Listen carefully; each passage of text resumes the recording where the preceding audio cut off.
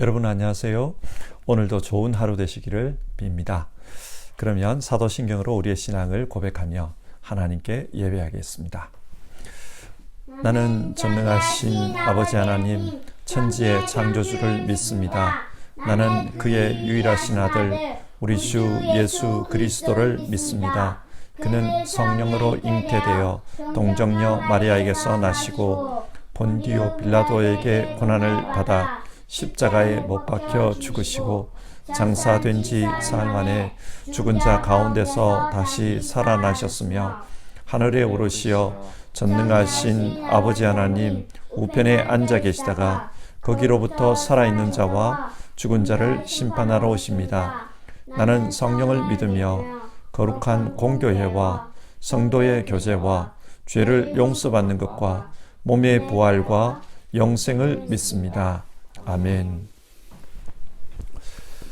찬송가 270장, 통합찬송가 214장입니다. 변찮는 주님의 사랑과 1절 부르고 같이 기도하겠습니다.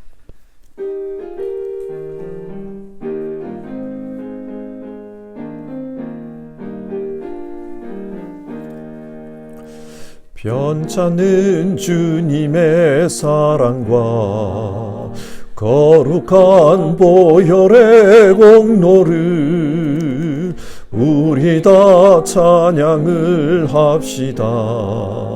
주님을 만나볼 때까지 예수는 우리를 깨끗게 하시는 주시니 그의 피 우리를 눈보다 더 희게 하셨네. 기도하겠습니다.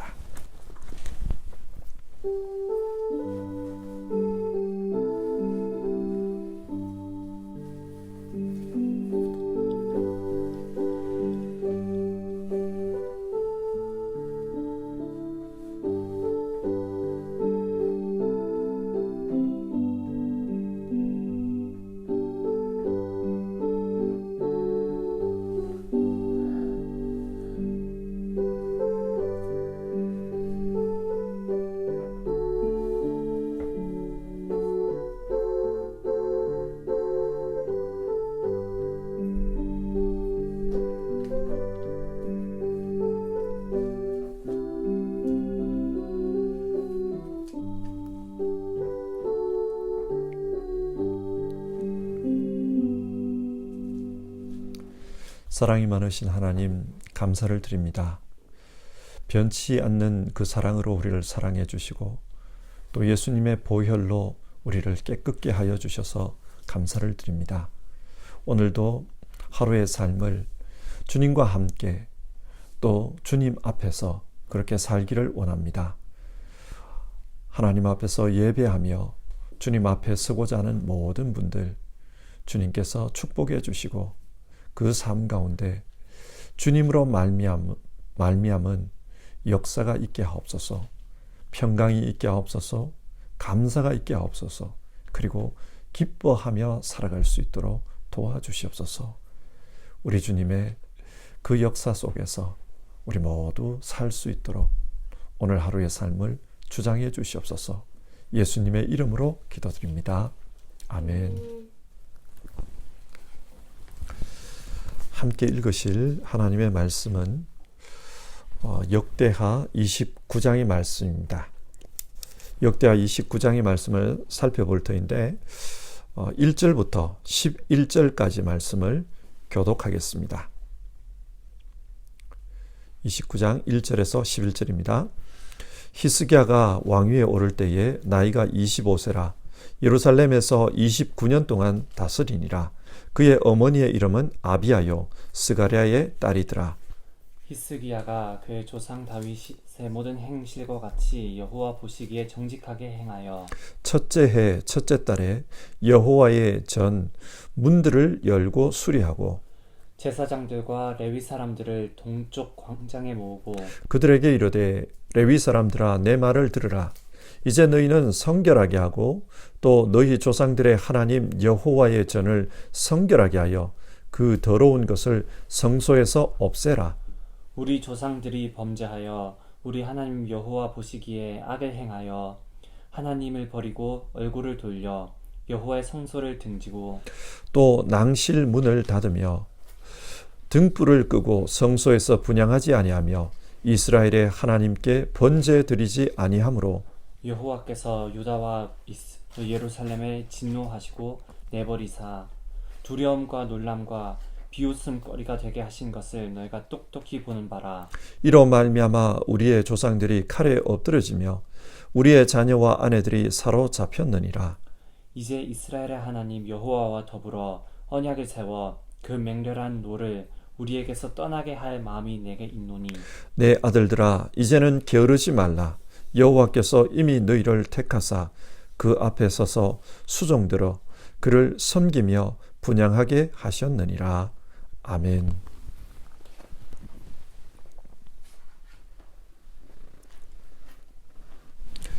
오늘은 히스기야 왕의 이야기를 살펴보겠습니다. 히스기야 왕은 25세의 왕위에 올라서 29년간 유다를 통치했습니다. 그가 왕위에 있을 동안 유다에는 많은 일들이 있었습니다. 세계적인 강대국으로 부상한 아수르는 북이스라엘을 멸망시킨 후 남유다마저도 노리고 있었습니다. 그리고 히스기야 통치 14년 마침내 아수르가 쳐들어옵니다. 유다는 쑥대밭이 되었습니다. 그리고 예루살렘 성마저 멸망 직전까지 갔습니다. 그러나 하나님의 드라마틱한 개입으로 가까스로 살아남았습니다. 또 이 즈음에 히스기야는 몸에 병이 들어 죽음 직전까지 갔습니다. 그러나 하나님의 도움으로 15년간 생명을 연장받는 일이 있었습니다. 이처럼 히스기야의 삶은 어려움이 많았습니다. 그러나 성경은 이런 히스기야에 대해 최고의 평가를 내립니다. 본문 2절인데요. 히스기야가 그의 조상 다윗의 모든 행실과 같이 여호와 보시기에 정직하게 행하여.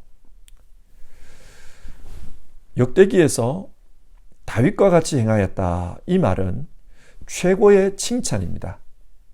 히스기야 왕은 다윗처럼 위대한 왕이다. 그런 뜻입니다. 그래서인지 히스기야 왕에 대해서 역대기는 다윗과 솔로몬을 제외하면 가장 많은 분량을 할애하고 있습니다. 총 118절에 걸쳐서 그의 행적을 기록하고 있습니다. 왜 이렇게 많이 기록하고 있을까요? 아주 중요한 왕이라는 뜻입니다. 역대기는 히스기야를 아주 위대한 왕으로 그렇게 평가하고 있습니다.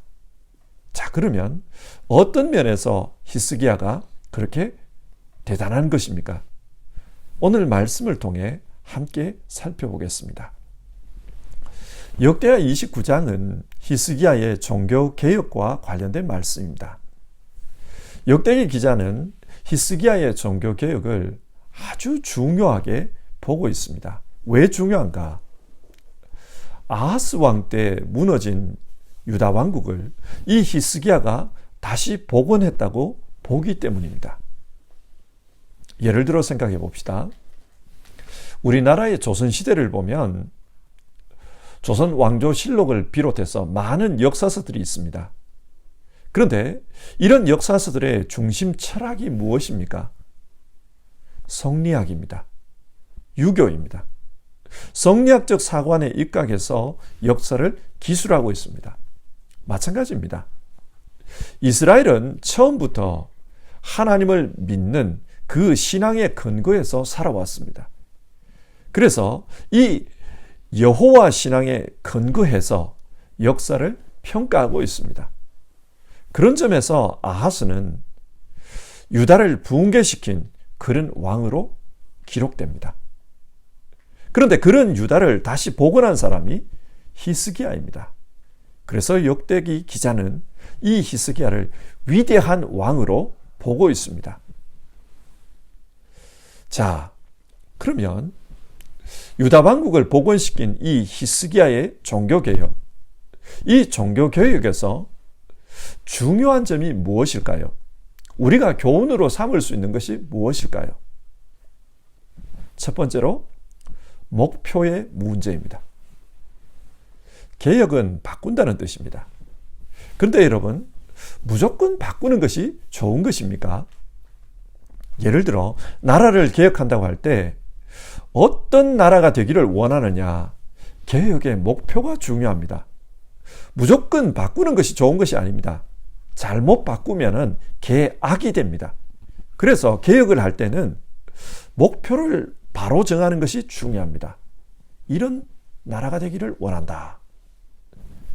히스기야는 유다 왕국이 다윗 왕국과 같이 되기를 원했습니다. 목표는 다윗 왕국입니다. 그래서 오늘 본문 2절은 히스기야가 그의 조상 다윗의 모든 행실과 같이 행하였다, 그렇게 말합니다. 다윗처럼 행해서 유다를 다윗 왕국과 같이 그렇게 만들고자 한 것입니다. 자, 그러면 다윗은 무엇에 중점을 두고 나라를 통치했습니까? 다윗은 이스라엘 민족이 하나님을 가까이 하는 것을 중요하게 생각했습니다. 그래서 하나님의 임재를 상징하는 그 언약궤를 다윗 성으로 모셔옵니다. 그리고 그 언약궤 앞에서 하나님께 모든 것을 묻고자 했습니다. 그런 식으로 하나님의 뜻대로 이스라엘을 통치하고자 했습니다. 그래서 다윗은 마침내 하나님과 이스라엘이 언약 관계가 되도록 했습니다. 언약, 분트, 연합이 되게 했다는 말이죠. 히스기야도 그것을 목표로 합니다. 그래서 10절을 보시면 이제 이스라엘의 하나님 여호와와 더불어 언약을 세워, 이런 말을 합니다. 히스기야 역시 지금의 유다 왕국을 하나님과 언약을 세운 언약 국가로 세우기를 목표하고 있습니다. 그래서 히스기야는 이 목표를 위해 어떤 일을 합니까? 3절을 보시면요, 첫째 해 첫째 달에 여호와의 전 문들을 열고 수리하고. 성전은 하나님의 임재를 상징합니다. 따라서 이 성전은 하나님과의 언약 관계를 상징하는 집이기도 합니다. 그래서 이 성전을 제일 먼저 수리하고자 합니다. 왜 수리하려고 합니까? 자신의 아버지 아하스 때에 성전 기구들을 부수고 또 성전 문을 닫아버렸습니다. 그래서 사람들이 하나님 앞에서 예배하지 못하도록 만들어버렸습니다. 하나님과의 관계를 끊어놓은 겁니다. 그런데 히스기야는 유다 백성들이 다시 하나님과 하나 되기를 원합니다. 그래서 이 하나님과의 언약의 상징인 성전을 열고 수리합니다. 하나님과의 언약이 회복되기를 바라는 겁니다. 히스기야의 목표는 이 하나님과의 언약에 충실한 그런 유다 왕국이 되는 것이었습니다. 히스기야는 이 성전 수리에 앞서 제사장들과 레위인들을 불러 모아놓고 연설을 합니다. 그 연설 내용이 5절에서 11절까지 기록되어 있습니다. 이 연설에서 히스기야는 지금 유다 왕국이 굉장히 어렵게 되었다. 나라가 왜 이렇게 되었는가? 왜 이렇게 어렵게 되었는가? 그 이유에 대해서 설명합니다. 6절인데요. 우리 조상들이 범죄하여 우리 하나님 여호와 보시기에 악을 행하여 하나님을 버리고 얼굴을 돌려 여호와의 성소를 등지고. 여기서 우리 조상은 구체적으로 히스기야의 아버지인 아하스를 지칭합니다. 아하스는 하나님을 버렸습니다. 왜 버렸는가? 그는 힘의 논리에 따라서 나라를 통치하고자 했습니다. 그래서 당시 가장 강한 나라, 당시 세계에서 가장 유행하는 문화, 가장 영향력을 끼치는 종교, 그런 것을 받아들이고자 했습니다. 요즘도 대세라는 것이 있지 않습니까? 많은 사람들이 어떤 생각을 하는가, 어떤 문화를 따르는가, 어떤 유행을 쫓아가고 있는가, 그 많은 사람들과 하나 되어서 살려고 하는 것, 그게 대세 아닙니까? 사람들은 문화의 주류, 시대의 주류를 쫓아가고자 합니다. 그처럼 아하스도 그렇게 하고자 했던 거예요. 근데 여러분, 이렇게 세상의 길을 따르면 결국 그 사람은 어떤 사람이 되겠습니까? 세상의 길을 따라서 살았기 때문에 세상 사람이 되고 맙니다. 나라도 마찬가지입니다. 세상 방법, 세상의 유행, 세상의 문화, 세상의 힘, 그걸 따랐기 때문에 세상 나라가 되고 맙니다. 그래서 유다는 세상을 섬기는 그런 나라가 되고 그 구체적으로 세상의 우상을 섬기게 되었습니다.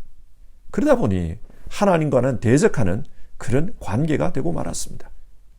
하나님은 그런 이유로 유다를 징계하셨습니다. 8절을 보시면요. 여호와께서 유다와 예루살렘을 진노하시고 내버리사 두려움과 놀람과 비웃음거리가 되게 하신 것을 너희가 똑똑히 보는 바라. 히스기야 집권 당시 유다 왕국은 세상의 비웃음거리가 되고 말았습니다. 조롱거리였어요. 왜 이렇게 되었는가? 하나님을 버렸기 때문이다.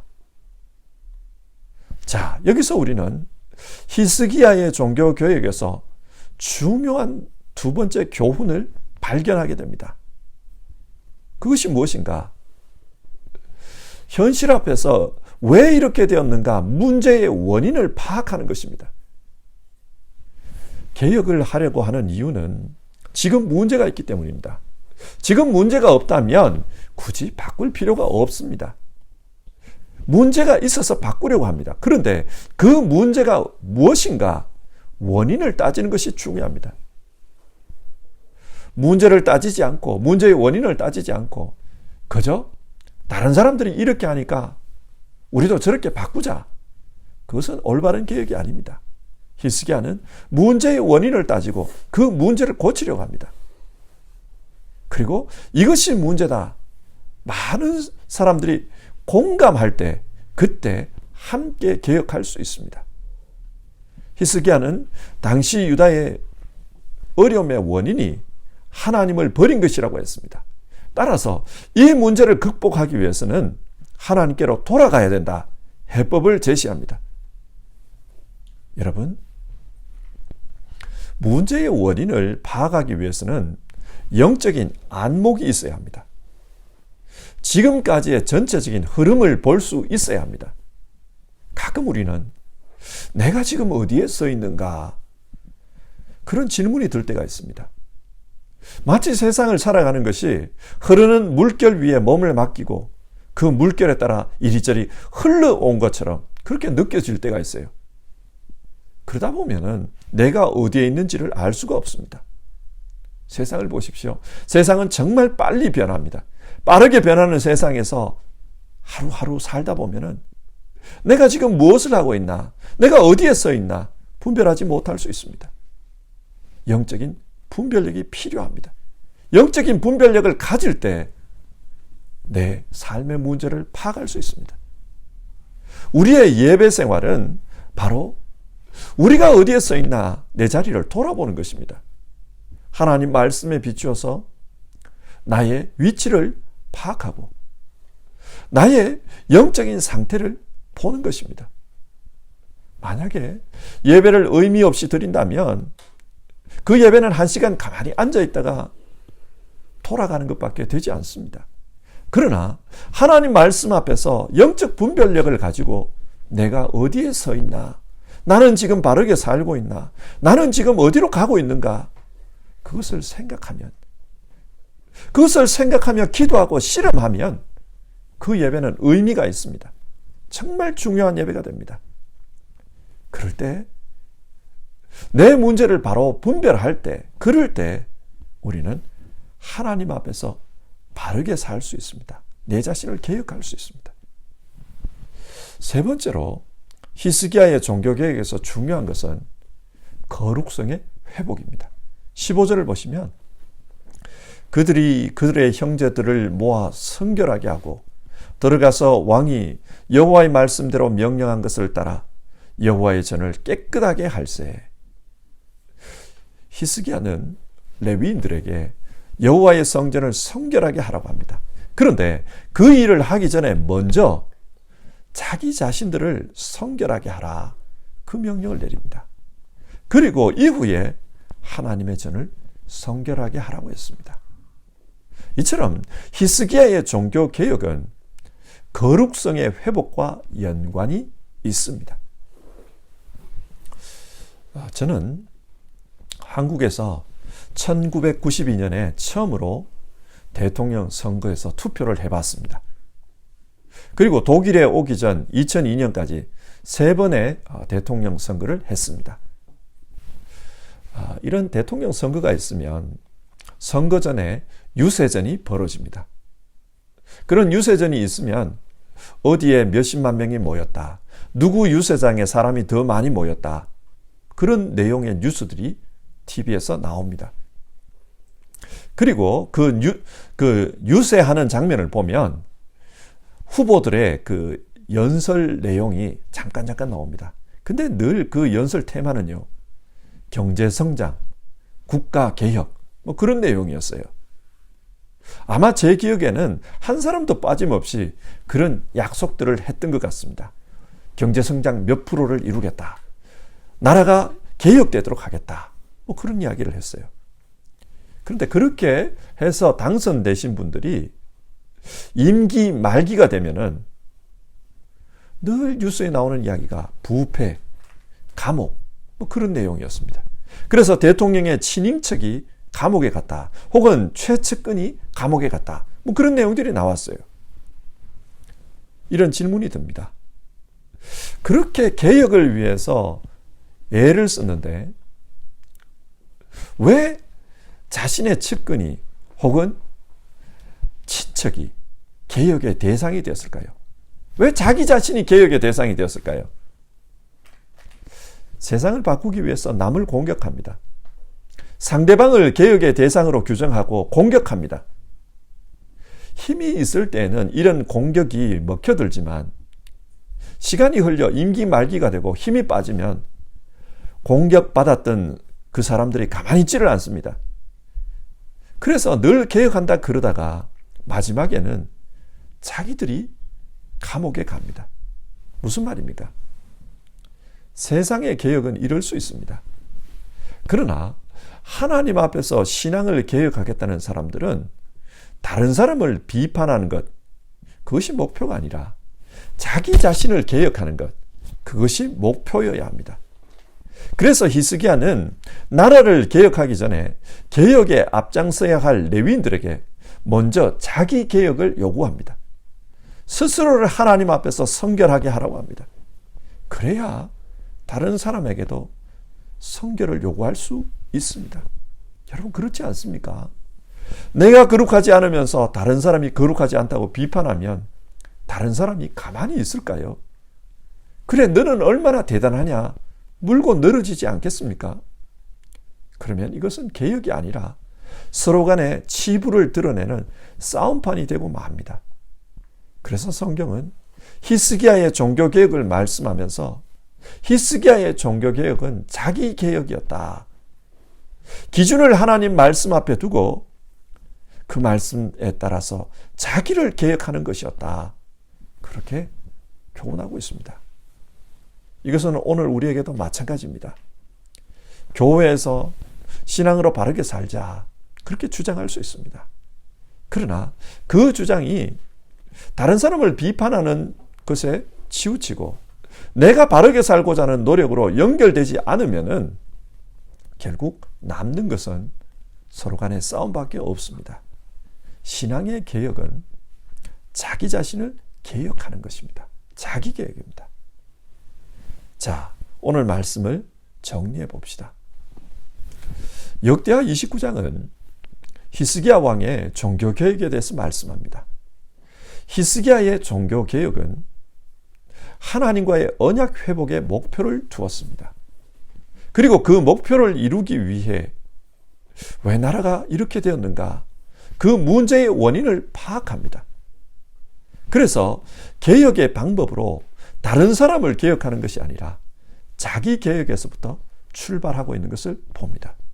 그렇기 때문에 모든 사람들이 이 개혁에 함께 참여할 수 있었습니다. 그래서 20절부터 30절을 보면 이 개혁을 하고 성전을 회복해서 함께 예배하는 장면이 나옵니다. 그때 예배하는 사람들의 모습을 이렇게 표현합니다. 36절입니다. 히스기야가 백성과 더불어 기뻐하였더라. 이 개혁의 결과 왕과 백성들이 모두 기뻐했다.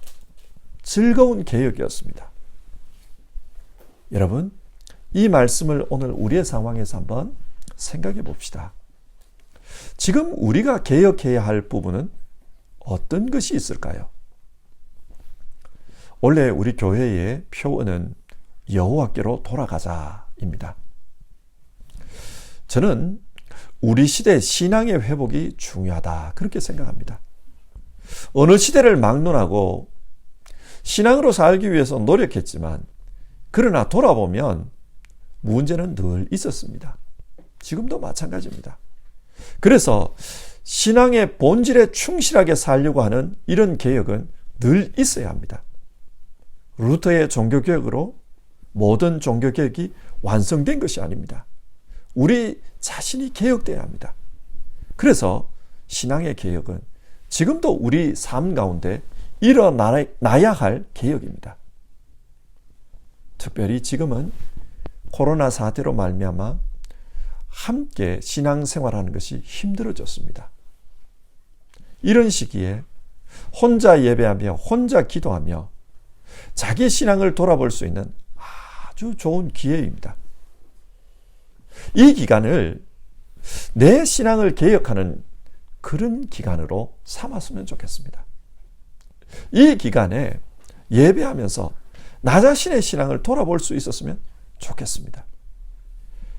그러기 위해서는 내가 궁극적으로 목표로 하는 신앙의 모습이 무엇인가 그것을 스스로 질문해 봐야 합니다.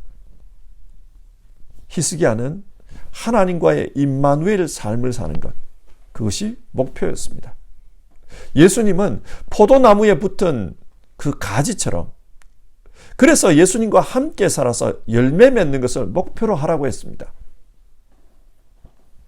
자, 이런 목표에 비추어 볼 때 지금 내 삶에 있어서 어떤 것이 문제이고 왜 이런 문제가 생기는가 그것을 따져봐야 합니다.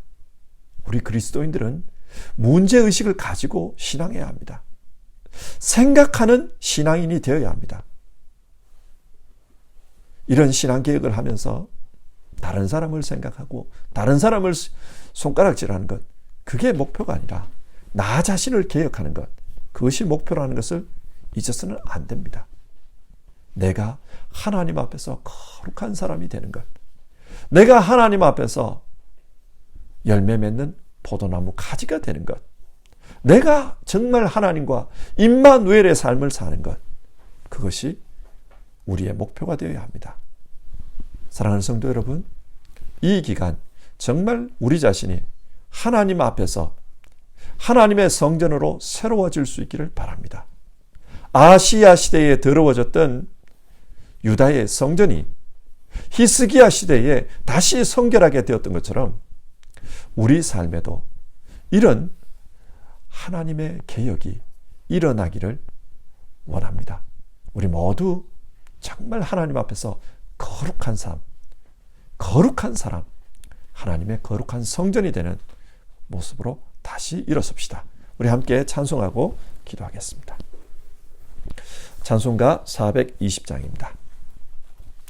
통합찬송가는 212장입니다. 너 성결케 위해 우리 1절 부르고요. 같이 기도하겠습니다.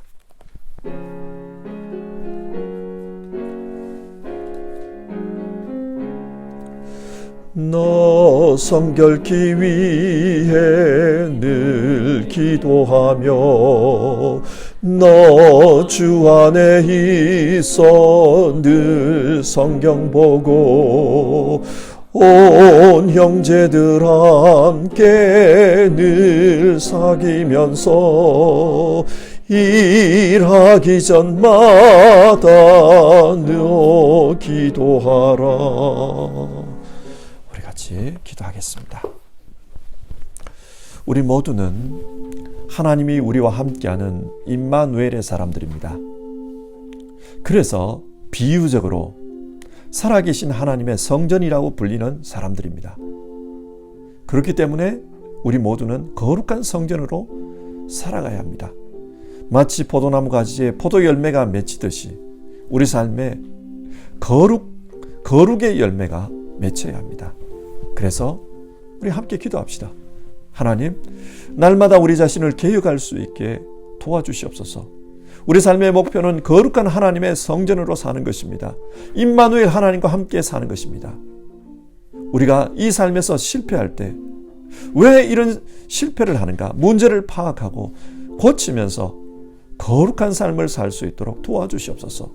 그러기 위해서는 우리에게 영적 분별력이 필요합니다. 주님, 예배할 때에 우리가 예배를 통해서 영적 분별력을 가지고 우리 자신을 돌아볼 수 있게 도와주시옵소서. 그리고 하나님, 나 자신을 개혁할 수 있게 도와주시옵소서. 다른 사람을 향해서 손가락질하는 것이 아니라 나 자신을 개혁해서 하나님 앞에서 거룩하게 살 수 있도록 도와주시옵소서. 거룩하게 살고자 하는 그런 열심이 우리 안에 일어나도록 도와주시옵소서. 함께 기도해 봅시다.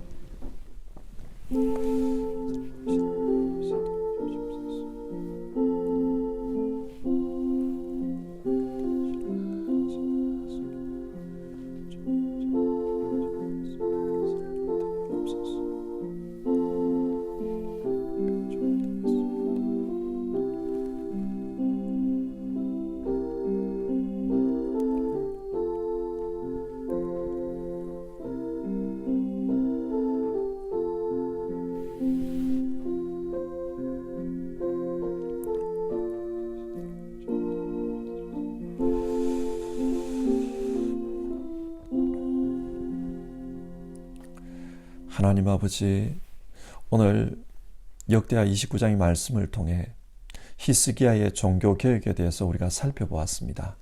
그리고 이 말씀을 우리 자신에게 적용해서 우리 자신의 신앙의 개혁에 대해서 생각해 보았습니다. 하나님, 우리도 정말 늘 우리 자신을 개혁해서 하나님이 기뻐하시는 그런 삶을 살 수 있기를 바랍니다. 신앙의 개혁에서는 목표가 중요하다. 그렇게 말씀을 나눴습니다. 하나님과 임마누엘 삶을 사는 것, 비유적으로 거룩한 하나님의 성전으로 사는 것, 그것이 우리 신앙의 개혁의 목표가 되게 하여 주시옵소서. 또 하나님, 개혁을 함에 있어서 영적 분별력이 필요하다. 우리가 그렇게 말씀을 나눴습니다. 예배를 통해서 우리 자신을 돌아보고 늘 하나님 앞에서 분별할 수 있는 지혜를 우리에게 허락해 주시옵소서. 하나님, 그리고 신앙의 개혁은 자기 자신의 거룩성을 돌아보는 데서 출발해야 된다. 우리가 말씀을 그렇게 나누었습니다. 우리가 살다 보면 자기 문제를 돌아보지 못하고 다른 사람의 문제만 손가락질할 때가 많습니다. 그러지 않게 하여 주시옵소서. 그리고 더불어서 우리 시대의 교회를 위해서도 기도합니다. 하나님, 교회의 종교개혁이 필요하다. 그런 말들을 참 많이 합니다.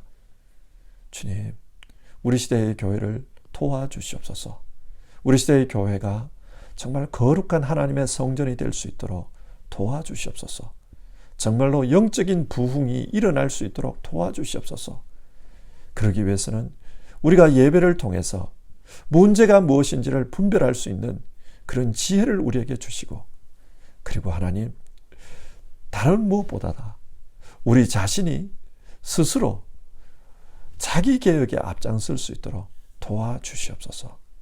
하나님 아버지, 오늘도 자기 개혁 그리고 교회 개혁을 두고 기도하며 하루를 시작하는 모든 분들, 주님 그 마음을 헤아려 주시고 정말 하나님의 거룩한 성전으로서 아름답게 사는 분들 다 될 수 있도록 도와주시옵소서. 주님, 삶의 목표가 분명하게 하옵소서. 주님, 영적 분별력을 허락해 주시옵소서. 주님, 그리고 거룩한 삶을 살 수 있도록 그렇게 축복해 주시옵소서. 예수님의 이름으로 기도드립니다. 아멘. 하늘에 계신 우리 아버지, 아버지의 이름을 거룩하게 하시며 아버지의 나라가 오게 하시며 아버지의 뜻이 하늘에서와 같이 땅에서도 이루어지게 하소서. 오늘 우리에게 일용할 양식을 주시고 우리가 우리에게 잘못한 사람을 용서하여 준 것 같이 우리 죄를 용서하여 주시고 우리를 시험에 빠지지 않게 하시고 악에서 구하소서. 나라와 권능과 영광이 영원히 아버지의 것입니다. 아멘.